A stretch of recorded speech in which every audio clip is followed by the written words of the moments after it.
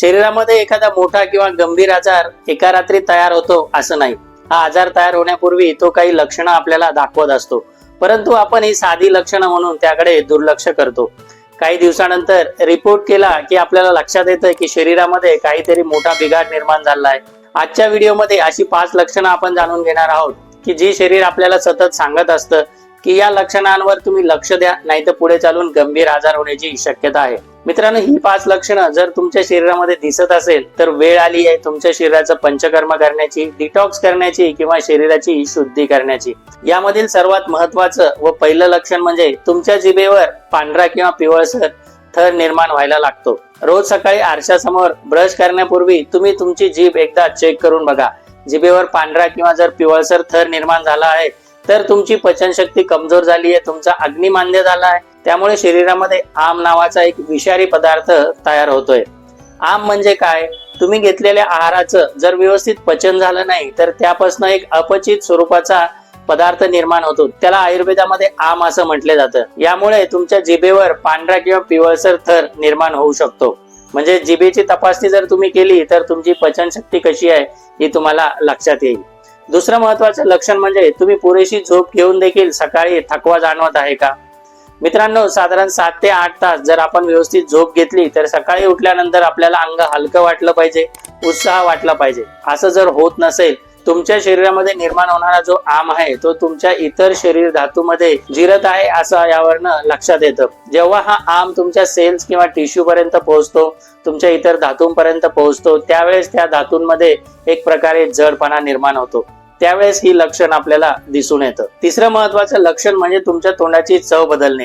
कडू किंवा मेटॅलिक म्हणजेच लोखंडाप्रमाणे चव तुमच्या तोंडाला निर्माण होते। तुम्हाला जर दाताचा कुठलाही त्रास नसेल आणि तोंडाची जर चव बदलत असेल तर तुमची पचनशक्ती कमजोर होते आणि पचन संस्थेमधले सर्वात महत्त्वाचा असणारा जो यकृत, त्याची पचन करण्याची क्षमता कमी होत चालली आहे। शरीरातली नैसर्गिकपणे डिटॉक्स म्हणजे शुद्धीकरण प्रक्रिया कोलमडत आहे, हे याचं लक्षण आपण समजू शकतो। अशा वेळेस आपल्याला घाई करणं अत्यंत आवश्यक आहे, कारण यकृत हे आपल्या शरीरामधलं सर्वात महत्त्वाचं अवयव आहे। त्याच्यावर जर या आमाचा परिणाम आला तर पुढे चालून गंभीर आजार होण्याची शक्यता असते। चौथं महत्त्वाचं लक्षण म्हणजे अपूर्ण पोट साफ होणे। म्हणजेच काय? पोट साफ होतंय परंतु पूर्णपणे साफ होत नाहीये। पोट साफ झाल्यानंतर तुम्हाला पोट साफ होण्याचं फिलिंग येत नाहीये, हलकं वाटत नाहीये, पोट जड वाटतंय, पोटामध्ये गॅसेस राहत आहेत, भूक व्यवस्थित लागत नाहीये। अशा पद्धतीने जर तुम्हाला लक्षणं जाणवत असतील तर हे अपूर्ण पोट साफ झाल्याची लक्षणं आहे। पचनशक्ती मंद झाल्यामुळे आहाराचे व्यवस्थित पचन होत नाही व हा अपचित जो आम आहे तो तुमच्या मोठ्या आतड्यामध्ये म्हणजेच लार्ज इंटेस्टाइन मध्ये हे विषारी द्रव्य साचल्या कारणाने ही लक्षण निर्माण होतात। या मोठ्या आतड्यामध्ये मल शुद्धीकरण न झाल्यामुळे मोठ्या प्रमाणावर वात वाढतो व पुढे चालून आपल्याला वाताचे संबंधित अनेक गंभीर आजार होण्याची शक्यता असते। 5वं महत्त्वाचं लक्षण म्हणजे मानसिक ताणतणाव व चिडचिडेपणा वाढणे। मित्रांनो, मानसिक ताणतणाव हा नेहमी बाहेरील घटकांकडूनच होत असतो असे नाही।